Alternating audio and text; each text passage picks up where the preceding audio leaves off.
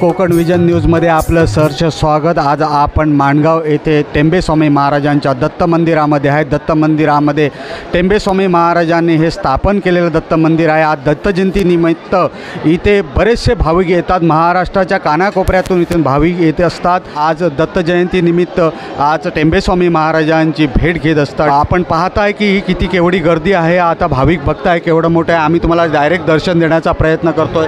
पाहताय की टेंबेस्वामी महाराजांनी हे जे दत्त मंदिर त्यांनी स्थापित केलेले होते ते दत्त मंदिर आपल्यासमोर आहेत। हे भटजी दिसत आहेत, तुम्हाला भाजन पूजन अर्चन दिसतंय, सगळ्या गोष्टीचं आपल्याला ही रांगा दिसते, आपल्याला लाईनमध्ये आलेली आहे आणि सगळं पब्लिक आहे, भाविक जो आहे ह्या दर्शनासाठी येत असतात आणि दर्शन घेत असतात। दत्त जयंतीनिमित्त इथे कोकणामध्ये हा भारदार आणि मोठा सिंधुदुर्गामधील कार्यक्रम आहे। यश माधव, कोकण विजन न्यूज, माणगाव।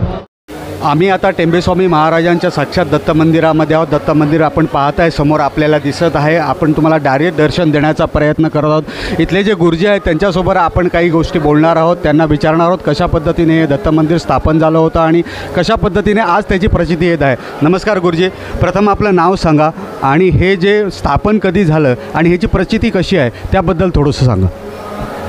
अवधूतंदन श्री गुरुदेव दत्त। मी विवेक विनायक भागवत, दत्त मंदिर माणगाव पुजारी। तर श्रीमद परमहंस आचार्य मित्र वासुदेवानंद सरस्वती स्वामी महाराज हा यांचा माणगाव हा जन्मगाव असून या बालपणापासून त्यांनी दत्तोपासना करून या ठिकाणी दत्तोपासना दत्तूंच्या सद्गुरूंच्या आणि दत्तोपासनातून त्यांना दृष्टांत झाल्याप्रमाणे या आपण महाराजांनी 1883मध्ये दत्त मंदिर स्थापना करून पुढे 1859मध्ये माणगावातून निर्माण केले। नंतर त्यांची शिष्य इंदिराबाई होळकर हिने 1800 सालामध्ये 1938 साली या दगडी मंदिराची स्थापना करून तेव्हापासून आजपर्यंत जे होणारे वार्षिक उत्सव त्याचप्रमाणे धर्मविधीप्रमाणे या ठिकाणी त्यांच्या सांगितल्याप्रमाणे उत्सव होत आलेले आहेत।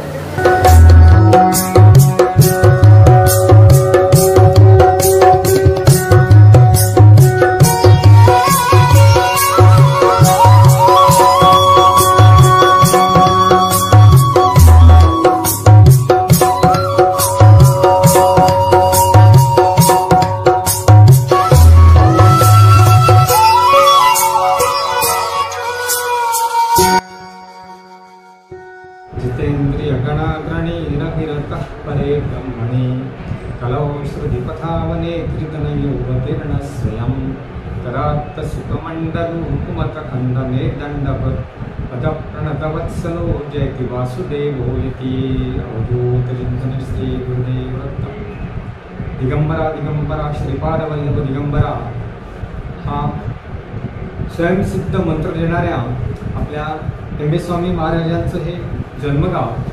महाराजांनी या ठिकाणी दत्त मंदिरची स्थापना केली आणि तिथपासून महाराजांनी एक छोटंसं मंदिर बांधलं आणि त्यानंतर या दत्त जन्माच्या कार्यक्रमाची सुरुवात आपल्याला झालेली दिसते आणि आज जवळजवळ 150 वर्ष अखंडितपणे हा दत्त जयंतीचा कार्यक्रम सुरू आहे। आता खूप मोठ्या प्रमाणात काही प्रसारमाध्यमांमुळे या मंदिराची कीर्ती संपूर्ण भारतभर किंवा जगामध्ये पसरलेली आहे। अमेरिकेसारख्या देशातनं देखील या ठिकाणी लोकांचे फोन असतात, या महाराजांच्या प्रचितीबद्दल सांगितलं जातं आणि असं एक नावाजलेलं असं एक भारतातील हे दत्त मंदिर की ज्या स्वामींनी स्थापन केलं त्यांचं हे जन्मगाव आणि गरुडेश्वरला महाराजांची बडोद्याजवळ गरुडेश्वरला टेंबेस्वामी महाराजांची समाधी आहे। त्यामुळे संपूर्ण भारतवर्षामधनं या ठिकाणी असंख्य लोक येतात। महाराजांनी हिमालयापासून कन्याकुमारीपर्यंत पूर्णपणे पायी पदभ्रमण केलेलं असल्यामुळे त्यांना परमहंस परिव्राजकाचार्य असं म्हटलं जातं। स्वामी महाराज दंडी असल्यामुळे त्यांचं सगळं सोहळं वगैरे हे अतिशय कडक होतं आणि लोकांना देखील खूप प्रचिती यायची। त्यामुळे महाराजांकडे नेहमी लोकांचं येणं जाणं होतं आणि महाराजांच्या पश्चात देखील आता हा जो कार्यक्रम आहे हा दत्त मंदिर न्यासमार्फत साजरा केला जातो। आज सकाळपासून गेल्या 8 दिवसापासून हा कार्यक्रम सुरू आहे। आज दत्त जयंती आहे। सकाळपासून महाराजांकडे अभिषेक वगैरे झाले, त्यानंतर दुपारी आता महाप्रसादाची व्यवस्था आहे। दरदिवशीच आमच्याकडे महाप्रसाद असतो दुपारी आणि रात्री। आज प्रचंड संख्येने लोक उपस्थित आहेत या ठिकाणी। त्यानंतर दुपारी 3:30च्या दरम्यान पुराण वाचन होईल आणि कीर्तनोत्सवाचा कार्यक्रम सुरू होईल। जन्मोत्सव साधारणतः 6च्या दरम्यान होईल नामस्मरणावर होईल, महाराजांची पदं म्हटली जातील आणि त्यानंतर पालखी सोहळा होईल, महाप्रसाद होईल आणि आजच्या दिवसाच्या कार्यक्रमाची सांगता होईल। उद्या देखील सकाळपासून असेच कार्यक्रम सुरू आहेत। लघुरुद्र होईल, लघुरुद्र काही लोकांचे असतात, दत्त मंदिर संस्थेचा देखील असतो। त्यानंतर दुपारी महाप्रसाद, संध्याकाळी 6 वाजता आरती, पालखी वगैरे हे कार्यक्रम होतील। सायंकाळी ललिताचं कीर्तन होईल, रामराज्याभिषेक कार्यक्रम म्हणतो आम्ही त्याला, तो होईल आणि त्यानंतर ललिताचं नाटक होईल आणि या संपूर्ण कार्यक्रमाची सांगता होईल। दूरदूरवरनं या ठिकाणी या कार्यक्रमासाठी मुद्दाम लोक येत असतात। आज मला बरेच लोक भेटले की जे संपूर्ण महाराष्ट्रामधून आलेले आहेत, वेगवेगळ्या ठिकाणापासून। त्यामुळे महाराजांची कीर्ती खूप दूरवर पसरलेली आहे, महाराजांचं साहित्य चिकार आहे आणि याची प्रचिती झाल्यामुळे लोक वारंवार इकडे येत असतात। महाराजांनी एक प्रश्नावली तयार केलेली आहे, महाराजांची प्रश्नावली आहे की काही जर आपल्याला कौटुंबिक समस्या असतील तर या समस्या त्या प्रश्नावली मार्फत निराकरण केले जातात, आपल्याला एखादी सेवा मिळते आणि या सेवेचा अगदी निश्चित 100% लाभ लोकांना होतो आणि त्यामुळे अधिकाधिक गर्दी ही या ठिकाणी आपल्याला झालेली दिसते।